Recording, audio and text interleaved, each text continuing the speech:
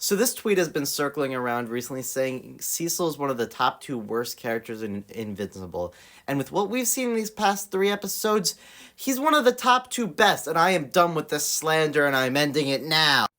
With the context of the situations he's been forced into and everything he's been through, it's impossible to say he's not even a little bit correct. It's simply impossible to see what Omni-Man did and what he did to his own son, and then put all of your trust into that guy's son and be like, yeah, this is cool. Of course he's gonna have contingencies.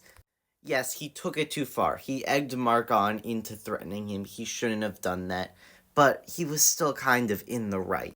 I would even argue that all of Cecil's superheroes should have contingencies. Those bomb things in their head. Those bombs don't blow their heads off. It just stops them from doing anything bad so the GDP can arrest them. That's a reasonable thing to have. But what makes Cecil so compelling is that by doing this, he's actually forcing Mark to become what he's trying to prevent. And you have to take it all back to his origin story that we saw. We need to remember that just because a character isn't moral or ethical doesn't mean they're not well written. This becomes more interesting when you take it back to the origin story.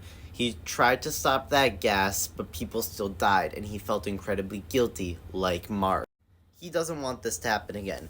Then when his director Radcliffe brings back those two villains and tries to teach him this lesson about reforming Talons rather than just locking it away, the same lesson he's trying to teach Mark, he's like, nah, and shoots him dead, and that's what gets him arrested.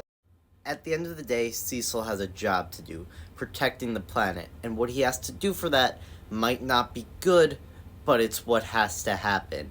And the Guardians of the Globe are basically useless, and the worst of the Viltrumites are yet to come. So, this is what makes Cecil such a compelling and interesting, complex character, and not even close to bottom two. Honestly, probably second to Mark. Maybe you could make the argument that Omni-Man's better, but that's really it.